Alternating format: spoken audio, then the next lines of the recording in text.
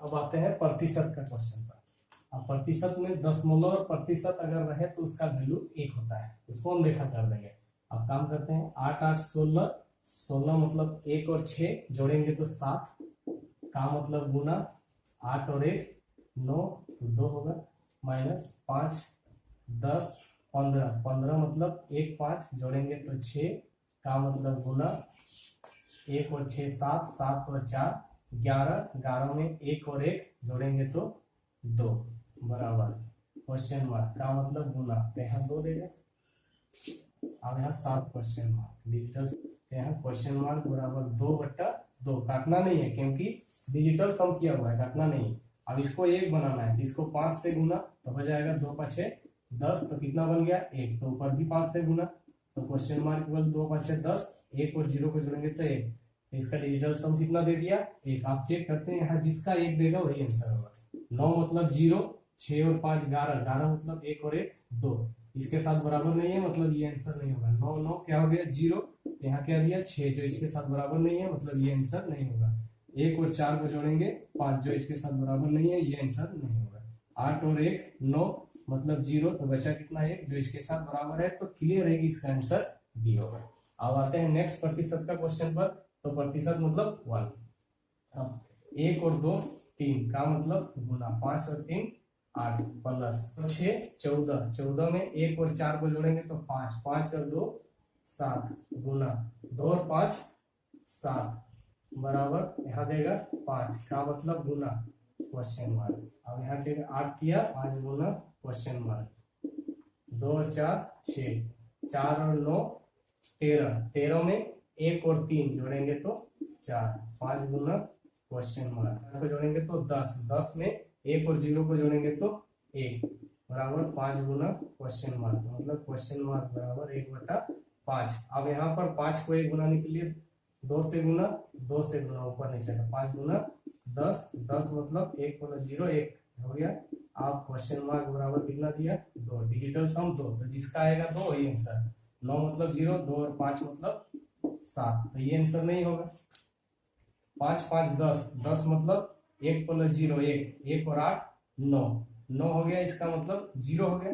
अब यहाँ कितना आया 2, इसके साथ बराबर हो गया मतलब हो सकता है। आगे फिर चेक कर लेते हैं, 6 और 3 9 मतलब 0, 6 और 8 जोड़ेंगे तो 14, 14 मतलब 1 और 4 जोड़ेंगे तो 5, इसका मतलब इसके साथ बराबर नहीं हुआ, ये भी आंसर नहीं होगा। 9 मतलब 0, 8 8 16, 16 मतलब 1 और 6 जोड़ते हैं तो 7, 7 और 3 को जोड़ेंगे 10, 10 में 1 और 0 को जोड़ेंगे 1, इसका मतलब इसके साथ बराबर नहीं है मतलब ये भी आंसर नहीं होगा। तो इससे स्पष्ट है कि इसका आंसर बी होगा। अब आते हैं इस प्रश्न पर, 133 और 142 का योग और अंतर का गुणनफल, मतलब 133 का जोड़ और 100 इसका अंतर बराबर कितना आएगा, तो चेक करते हैं। 7 प्लस यहाँ भी 7 आएगा, 2 4 6 और 1 7 गुना 2 4 6 6 और 1 7, 3 3 6 और 1 7, इसका मतलब ये पूरा 0 हुआ, तो 0 गुना कुछ भी आए 0, तो जिसका 0 आएगा वही आंसर। यहाँ देखते हैं 2 2 4 और 5 9, 9 मतलब 0, 6 जो इसके साथ बराबर नहीं हुआ मतलब ये आंसर नहीं होगा। 2 और 5 7, डिजिटल सम इसके साथ बराबर नहीं हुआ मतलब ये भी आंसर नहीं होगा। 7 और 2 9 हुआ, तो 9 भी 0, 4 और 5 जोड़ेंगे तो ये भी 9, ये भी 0, तो यहाँ 0 देगा मतलब ये हो सकता है। 2 और 7 जोड़ेंगे तो 9 मतलब 0 हो गया, नहीं होगा। 6 और 5 11, 11 में 1 और 1 को जोड़ेंगे तो 2 होगा, मतलब ये आंसर नहीं होगा। तो स्पष्ट है कि ये वाला आंसर होगा। अब आते हैं इधर और इस पर भी काम करना शुरू करते हैं। तो यहाँ देगा 2 गुना ब्रैकेट 1 और 8 9 हो जाएगा, 9 मतलब 0, तो कितना दिया -3 प्लस, अब यहाँ आएगा 5, यहाँ देगा 1 और 2 जोड़ेंगे तो 3, 3 में 7 दिया तो -4 बराबर क्वेश्चन मार्क, तो -6, तो 2 और 0 को जोड़ेंगे तो 2 क्वेश्चन मार्क, यहाँ कितना आया -8। आप यहाँ क्वेश्चन मार्क इक्वल टू -8, तो माइनस को प्लस बनाने के लिए 9 जोड़ देंगे, तो क्वेश्चन मार्क इक्वल टू कितना 1 आएगा, वही आंसर होगा। तो ये तो हो ही नहीं सकता, क्लियर है। अब 2 और 5 को जोड़ेंगे तो 7, इसके साथ बराबर नहीं हुआ, ये नहीं होगा। 3 और 0 को जोड़ेंगे तो 3 आएगा, जो इसके साथ बराबर नहीं होगा, जो ये नहीं होगा। 5 और 5 को जोड़ेंगे 10 होगा, 10 में 1 और 0 को जोड़ेंगे तो 1 होगा, जो इसके साथ बराबर होगा। तो क्लियर है कि ये वाला आंसर होगा। अब आते हैं औसत के क्वेश्चन पर। तो औसत में क्या बोले, संख्याएं इतनाओं का औसत ज्ञात करें। तो औसत में क्या होता है, सभी को जोड़ना पड़ता है। तो जोड़ लेंगे, उसके बाद जितना है उतना से भगा देंगे। तो कितना है यहाँ पर, 1 2 3 4 5 6, 6 से भगा देंगे, सबको क्या कर देंगे, जोड़ देंगे। सब जोड़ हो गया, 5 और 2 7 हुआ, 5 और 1 6 हुआ, 9 मतलब 0 हुआ, 2 और 1 3 हुआ, 5 और 1 6 हुआ, प्लस 4 और 1 5 हुआ, बट्टा में कितना आया 6। अब 6 और 3 9 हो गया, मतलब 0, 7 और 6 13, 13 में 1 और 3 4, 4 और यहाँ पर कितना आएगा 5, तो 9/6। अब यहाँ पर 9 की जगह पर हम लोग 0 लिख सकते हैं, लेकिन अभी नहीं लिखेंगे क्योंकि नीचे मेरा कितना बचा हुआ है, हर का वैल्यू 6। तो इसका 6 यदि आता है तो 3 से भागा ऊपर नीचे, तो ऊपर में 3 आएगा, नीचे 2। अब इसको क्या करना है, 1 बनाने के लिए 5 से गुना, ऊपर भी 5 से गुना। अब नीचे हुआ 10, 10 मतलब 1 और 0 1 आ गया 15। तो 15 में 5 और 1 को जोड़ेंगे तो 6। तो जिसका यहाँ 6 आएगा डिजिटल सम, वही आंसर होगा। 1 और 5 6 आएगा, ये हो सकता है। 1 और 8 9 आया, इसका मतलब 0, ये नहीं हो सकता है। 2 और 5 7, ये नहीं हो सकता है। 1 और 6 ये भी 7, तो इसके साथ बराबर नहीं, ये भी आंसर नहीं हो सकता है। तो इसका आंसर क्या होगा, ए। अब आते हैं इधर का क्वेश्चन। 3 संख्याओं का औसत 12 है, यदि इनमें से 2 संख्याएं 13 और 15 है तो तीसरी संख्या क्या होगा। तो माना कि तीसरा संख्या तो क्या है, x। तो सपोज कौन है, 13 और 15 फिर x। तो तीनों को यदि औसत निकालेंगे तो कितना निकलेगा, 12 निकलेगा। अब यहाँ डिजिटल सम 3 और 1 4 होगा, 5 और 1 6 प्लस x होगा, बट्टा 3। अब यहाँ क्या होगा, 2 और 1 3, पीछे गुना करते हैं 9। अब यहाँ पर 10 प्लस x बराबर 9 में मतलब 0। अब 1 प्लस 0 का 1 बराबर 0।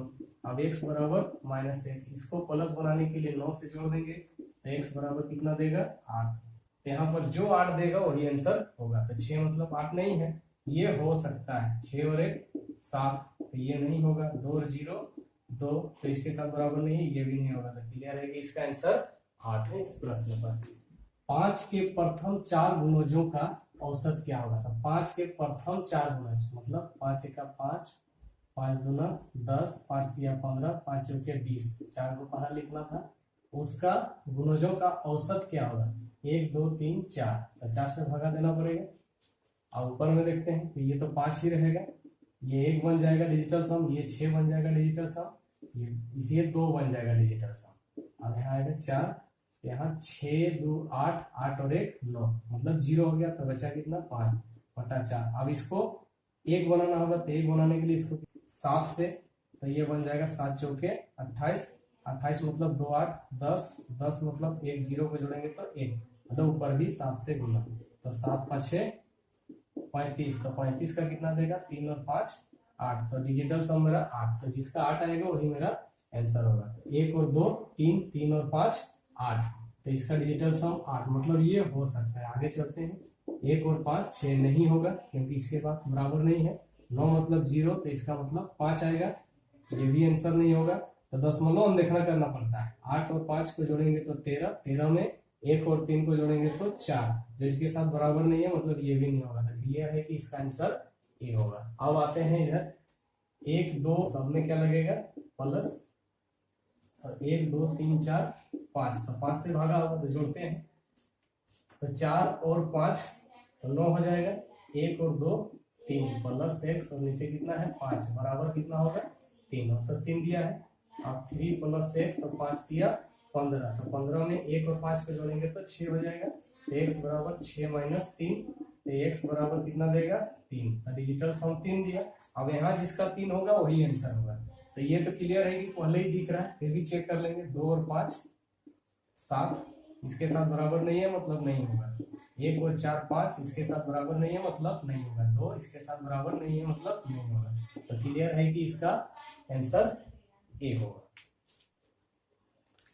अब आते हैं इस पर दिया हुआ है इसका औसत 15, तो प्रथम 3 का औसत कितना होगा, ये क्वेश्चन कर रहा है। तो प्रथम 3 का औसत कितना होगा, तो प्रथम 3 मतलब यहाँ से लेके यहाँ तक का निकालना होगा। तो सबसे पहले पूरा का वैल्यू में x निकाल देते हैं, तो सबको जोड़ देंगे और कितना है 1 2 3 4 5, 5 से भगा देंगे तो औसत कितना दिया है 15। अब यहाँ जोड़ घटाव जितना होता है 3 और 6 9 होगा 0, 9 मतलब 0, 1 और 2 इसको काम करेंगे तो 3 और 1 और 5 को काम करेंगे तो इसका कितना आएगा 6, x x x x x 5 बार है तो कितना होगा 8x, फिर 3 और 6 आया उसको जोड़ेंगे तो 9, तो फिर 0, तो नीचे 5 बराबर, फिर यहाँ 1 और 5 को जोड़ेंगे तो 6 आएगा, 5 6 30, फिर डिजिटल सम करेंगे तो इसका 3, तो यहाँ पर x बराबर 3/5, फिर इसको 1 बनाना होगा तो 2 से गुना, ऊपर भी 2 से गुना, तो 5 दूना 10, तो इसका 1 + 0 1 हो जाएगा, 3 दूना 6, इसका मतलब x का डिजिटल सम कितना दे दिया 6 दे दिया।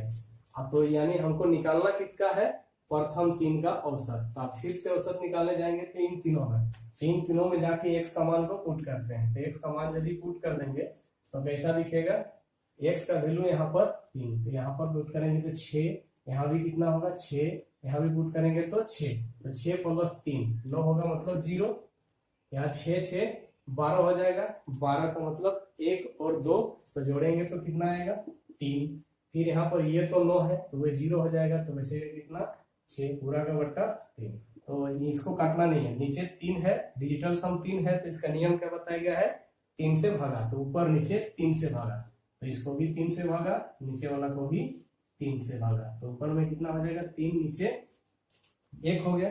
आप यहाँ पर आंसर कितना दिया 3, यानी इसका जो डिजिटल सम आया प्रथम 3 का औसत का, तो यहाँ जिसका 3 आएगा डिजिटल सम वही आंसर होगा। तो इसका निकालते हैं 1 और 8 9 होगा, तो इसका 0 जो उसके साथ बराबर नहीं हुआ मतलब नहीं होगा, 1 और 2 3 मतलब ये हो सकता है 4, तो ये नहीं होगा, 9 मतलब 0 नहीं होगा, मतलब क्लियर है कि इसका आंसर बी होगा। इस प्रकार से डिजिटल सम का उपयोग प्रतिशत में, दशमलव में, घातांक में, औसत में, जहां भी जोड़ घटाव गुना भाग आ रहा है वहां पर इसका उपयोग कर सकते हैं और क्वेश्चन को 10 सेकंड में केवल आंसर प्राप्त कर सकते हैं।